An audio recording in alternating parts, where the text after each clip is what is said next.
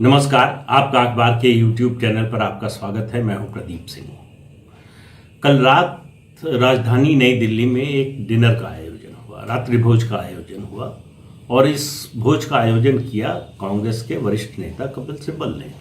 आपको पता ही है कि कपिल सिब्बल उन 23 नेताओं में से हैं जो G23 जिसको कहा जाता है, कांग्रेस के 23 नेता जिन्होंने सोनिया गांधी को पत्र लिखकर, प्रेस कॉन्फ्रेंस करके, अलग अलग समय पर बयान देकर ये कहा कि कांग्रेस के अंदर आमूल परिवर्तन की ज़रूरत है, एक सर्जरी की ज़रूरत है। इन छोटे मोटे बदलावों से नहीं होगा। राहुल गांधी को अगर अध्यक्ष पद की जिम्मेदारी संभालनी है तो वो ठीक से संभालें, नहीं तो वो कहें कि वो नहीं संभालना चाहते। स्पष्ट संदेश था गांधी परिवार को कि या तो सुधर जाइए या बाहर हो जाइए। उसमें फिर जो है लीपापोती हुई, मनाने की कोशिश हुई, कुछ डराने की कोशिश हुई, दोनों काम एक साथ हुए। कुछ लोगों को डराया भी गया, कुछ लोगों को मनाया भी गया।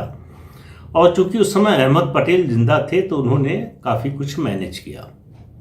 फिर कमलनाथ को उसमें लगाया गया तो स्थिति ये हुई कि सीधा विद्रोह जो है वो एक तरह से मुलतवी हो गया। वो जो उन्होंने ठाना है ये G23 ने, वो खत्म नहीं हुआ। कल रात का रात्रि भोज, मैं आपसे ये कह रहा हूं कि ये कांग्रेस पार्टी से गांधी परिवार को अलग करने की प्रक्रिया की, राजनीतिक प्रक्रिया की शुरुआत है। इसका कल्मिनेशन कितने दिन में होगा, इसकी अंतिम परिणति कितने दिन में होगी, कितना समय लगेगा, ये किसी को मालूम नहीं है। लेकिन सारे विपक्षी दलों में अघोषित रूप से एक राय बन गई है कि विपक्षी एकता का तब तक कोई मतलब नहीं है और विपक्षी एकता तब तक नहीं हो सकती जब तक कांग्रेस पार्टी गांधी परिवार से मुक्त नहीं होती। अब आप देखिए, ये इसके संकेत आप देखिए किस तरह के जा रहे हैं। राहुल गांधी की लीडरशिप को लेकर विपक्ष के लगभग सारे दलों में एक राय है कि इनके सहारे कुछ नहीं हो सकता, अगर इनके साथ रहे तो लुटिया सबकी डूबेगी। तो नो कॉन्फिडेंस बहुत बड़ा राहुल गांधी के नेतृत्व को लेकर है। लेकिन कल की जो डिनर बैठक हुई, रात्रि भोज पर जो बैठक हुई, उसमें जो नेता शामिल हुए, जो पार्टियां शामिल हुई, उनको देखकर आप ये समझ जाएंगे कि ये नो कॉन्फिडेंस का सिलसिला अब सोनिया गांधी तक पहुंच गया है। इन लोगों ने मान लिया है कि सोनिया गांधी के रहते भी कुछ बदलाव नहीं होने वाला है, क्योंकि वो पुत्र मोह से बाहर नहीं निकल पाएंगी।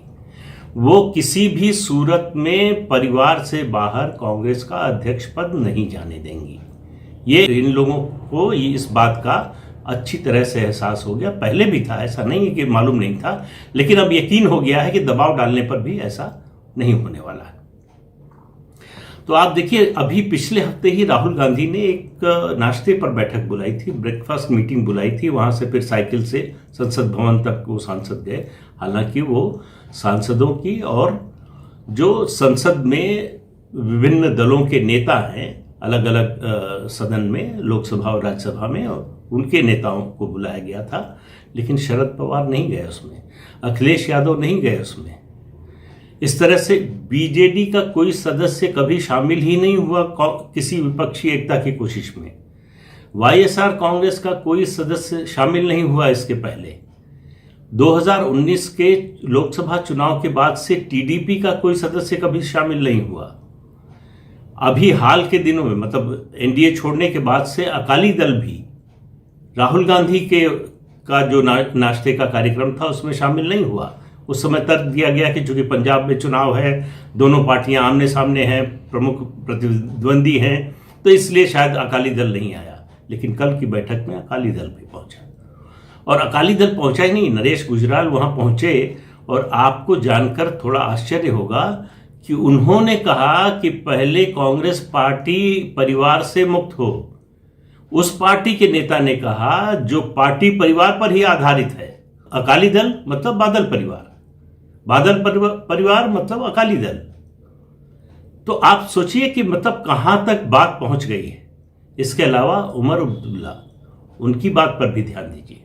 उन्होंने सीधे ये बात नहीं कही, उनको मालूम है कि वो भी परिवार की पार्टी के सदस्य हैं, लेकिन उन्होंने कहा कि G23 ने एक मुद्दा उठाया है और हम लोग आप लोगों के साथ हैं। इस बैठक में पहली बार G23 के बाहर के कांग्रेस के किसी नेता को भी बुलाया गया, पी चिदम्बरम को बुलाया गया, वो आए। G23 के लगभग सभी नेताओं को बुलाया गया और सब आए भी। तो ये जो विपक्षी एकता के दायरे से बाहर की पार्टियां थी, लालू प्रसाद यादव आए, अखिलेश यादव आए, जो मुख्य विपक्षी दल हैं उनमें बड़े दलों में सिर्फ बहुजन समाज पार्टी से कोई नहीं आया, उसके अलावा सब पार्टियों के नेता मिले। अब आप देखिए समस्या क्या है। समस्या इन सब लोगों को लग रहा है कि राहुल गांधी का नेतृत्व तो नहीं चल सकता। 2 लोकसभा चुनाव लड़के देख लिए, उससे पहले भी देख लिया है।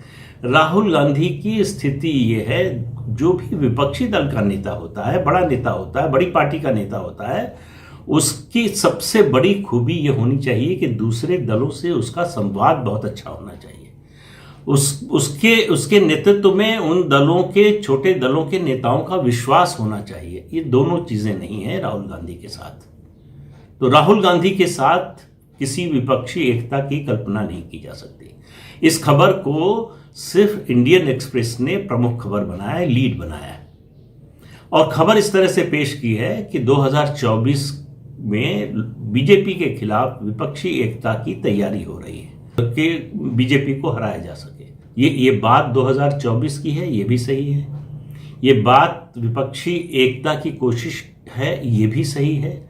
लेकिन विपक्षी एकता माइनस गांधी परिवार, इन लोगों का मानना है कि गांधी परिवार का इस देश में कोई स्टेक नहीं है।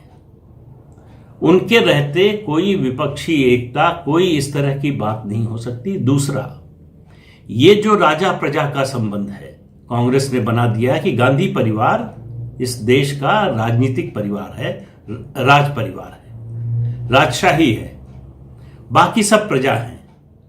उनसे जो मिलने आएगा समय लेगा, और ये उनकी मर्जी पर है कि वो मिलेंगे, कितने मिनट मिलेंगे और किस तरह से मिलेंगे। और ये बात पूरे परिवार के तीनों सदस्यों के बारे में है। तो एक एंटाइटलमेंट का जो भाव है वो अभी तक कांग्रेस पार्टी से गया नहीं। इस परिवार के लोगों को लगता है कि उनका जन्म ही इस देश पर राज करने के लिए हुआ है। ये बात बीजेपी को छोड़ दीजिए, बीजेपी विरोधी है।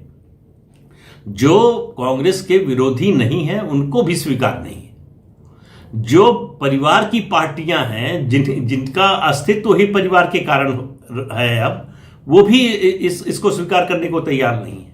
आप बताइए, ऐसी गैदरिंग में, ऐसे सम्मेलन में जो है वो लालू प्रसाद यादव आए, अखिलेश यादव आए, इसका क्या मतलब है? इसका मतलब, इसका संदेश बहुत साफ है कि गांधी परिवार अब विपक्ष के लिए, कांग्रेस के लिए ही नहीं, विपक्षी दलों के लिए, विपक्षी एकता के लिए और भारत की राजनीति के लिए, भारतीय जनतंत्र के लिए बोझ बन चुका है। इससे छुटकारा पाने का समय आ गया है। देखिए, ये जो दल मिले कल रात में रात्रि भोज पर, इनमें से कई हैं जो कांग्रेस से ही निकले हुए हैं। वो चाहे वाईएसआर कांग्रेस हो, चाहे एनसीपी हो शरद पवार की, चाहे तृणमूल कांग्रेस हो, ये सब पार्टियां कांग्रेस से ही निकली हुई हैं। और कांग्रेस में गांधी परिवार से नाराजगी के कारण निकली हुई है। इन सबको एतराज परिवार से था, और सबसे बड़ा मुद्दा तो बनाया था शरद पवार ने, सोनिया गांधी के विदेशी मूल का मुद्दा बनाया, उस पर पार्टी तोड़ी। अब ये G23 ने जो कल किया है, उन्होंने पहला जो कदम उठाया था उसका आगे का कई कदम आगे बढ़कर उन्होंने ये काम किया है। ये काम उनके करने के बाद कायदे से, अगर आज से 5 साल, 10 साल, 15 साल पहले की कांग्रेस होती तो इनमें से कई लोग अब तक पार्टी से निकाल दिए गए होते। लेकिन किसी एक के भी खिलाफ कार्रवाई की हिम्मत सोनिया गांधी, जो कार्यकारी अध्यक्ष हैं कांग्रेस की, वो नहीं जुटा पाएंगी, अब भी नहीं जुटा पाएंगी। उनको मालूम है कि इनकी ताकत बढ़ती जा रही है। जो लोग कांग्रेस में इनके साथ नहीं थे, सत्ता में हैं अलग अलग राज्यों में, चाहे वो कैप्टन अमरिंदर सिंह की बात कीजिए पंजाब में, राजस्थान में अशोक गहलोत की बात कीजिए, भूपेश बघेल की आप बात कीजिए छत्तीसगढ़ में, या सत्ता में जो नहीं भी हैं भूपेंद्र सिंह हुड्डा तो G23 में शामिल ही हैं। जब तक इन तीनों कम से कम मुख्यमंत्रियों की बात करें, उसके अलावा भी जो नेता हैं अलग अलग राज्यों में, जब तक उनको लगता था कि उनके लिए खतरा नहीं है कोई, तब तक वो G23 के साथ जुड़ने के लिए तैयार नहीं थे और नहीं हैं। लेकिन ये स्थिति बदलने में बहुत ज़्यादा समय नहीं लगने वाला है। पंजाब में जिस तरह से कैप्टन अमरिंदर सिंह को अपमानित किया गया है, और ये याद रखिए कैप्टन अमरिंदर सिंह का अपमान नवजोत सिंह सिद्धू ने नहीं किया है, नवजोत सिंह सिद्धू से करवाया गया है, और ये गांधी परिवार के निर्देश पर करवाया गया है। इसी तरह से अशोक गहलोत हालांकि मोर्चा अभी संभाले हुए हैं, लेकिन अशोक गहलोत को भी अब लग रहा है कि उनकी कुर्सी खतरे में है। गांधी परिवार उस तरह से उनके साथ नहीं है जैसे पहले था। भूपेश बघेल के खिलाफ के मामले में अलग तरह का दबाव है। भूपेंद्र सिंह हुड्डा कब कांग्रेस छोड़ देंगे, अपनी पार्टी बना लेंगे, इसका कोई भरोसा नहीं है। लेकिन अगर गांधी परिवार से मुक्त हो जाती है कांग्रेस, तो भूपेंद्र सिंह हुड्डा कांग्रेस नहीं छोड़ेंगे, हरियाणा में वही कांग्रेस बन जाएंगे। तो ये जो चीजें हो रही हैं, ये अब कांग्रेस के या तो गांधी परिवार के लोग खुद ही राजनीति से अलग हो जाएं, छोड़ दें।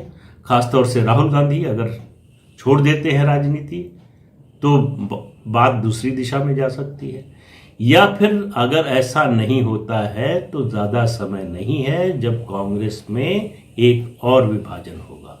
78 के बाद 98 में हुआ था शरद पवार, संगमा, तारिक अनवर, जब ये लोग निकले थे कांग्रेस से विदेशी मूल के मुद्दे पर, उसके बाद ये विभाजन होने जा रहा है। तो अब सवाल है ये है कि जो बाकी पार्टियां हैं वो क्यों चाहती हैं, उनको गांधी परिवार से क्या दिक्कत है, वो क्यों चाहती हैं कि गांधी परिवार कांग्रेस से जो है वो अलग हो जाए या उसको बाहर कर दिया जाए। इन सबको लगता है कि एक बार ये परिवार अगर बाहर हो जाए तो एक लेवल प्लेइंग फील्ड हो जाएगा, सब बराबर पर आ जाएंगे। ये जो राजा प्रजा का जो ये अंतर है और ये जो राजा प्रजा की व्यवस्था है, मानसिकता है, उससे मुक्ति मिल जाएगी। तो इन सब दलों को लगता है कि अगर लेवल प्लेइंग फील्ड हो जाएगा तो बातचीत में आसानी होगी, गठबंधन में आसानी होगी, सीटों के बंटवारे में आसानी होगी। तो इस पूरी कवायद में आप समझ लीजिए कि प्रधानमंत्री नरेंद्र मोदी या बीजेपी या गृह मंत्री अमित शाह की कोई भूमिका नहीं है। गांधी परिवार के खिलाफ ये बड़ा अभियान विपक्षी दलों की ओर से शुरू हुआ है, जिसकी अगुवाई कांग्रेस के वरिष्ठ नेता कर रहे हैं, और इसमें इनकी संख्या जो है आगे आने वाले दिनों में बढ़ने वाली है। तो ये बात अब लगभग तय नजर आ रही है कि या तो गांधी परिवार को पीछे हटना होगा, पार्टी का नेतृत्व तो किसी परिवार के बाहर के व्यक्ति को सौंपना पड़ेगा, या हमेशा के लिए राजनीति से अलग होना पड़ेगा। तो नेहरू डायनेस्टी के राजनीतिक अंत का समय बहुत दूर नहीं है, और ये अगर होता है तो आप मानकर चलिए कि भारतीय राजनीति में बहुत बड़ा बदलाव होगा। ऐसा होना कांग्रेस के हित में है। कांग्रेस को अगर सरवाइव करना है तो इस परिवार से उसको मुक्ति पाना पड़ेगा। कांग्रेस को अगर आगे बढ़ना है, विपक्ष की प्रमुख भूमिका निभाना है, अपना जनाधार बढ़ाना है, तो उसके लिए भी इस परिवार से मुक्त होना पड़ेगा। ये ऐसी बाढ़ है जो अब खेत को खाने लगी है। हर चीज में आप देखिए तो भ्रष्टाचार में इस पार्टी के बारे में, इस पार्टी की जब भी सरकार रही है, आप नेहरू से ले लीजिए और मनमोहन सिंह बने तब तक कोई ऐसी सरकार नहीं रही जिसमें भ्रष्टाचार का आरोप नहीं लगा हो। 2 बार संसद में सरकार बचाने के लिए सांसदों की खरीद फरोख्त हुई, दोनों बार कांग्रेस पार्टी की सरकार थी। ये इत्तेफाक नहीं है। देश में इमरजेंसी लगी, लोगों के मौलिक अधिकार छीन लिए गए। अगर पुलिस वाला कोई आपके परिवार के किसी सदस्य को गोली मार दे, उस समय जो स्थिति थी, तो आप उस पर मुकदमा नहीं चला सकते थे। इमरजेंसी के 19 महीनों में कानून की, संविधान की यह व्यवस्था हो गई थी।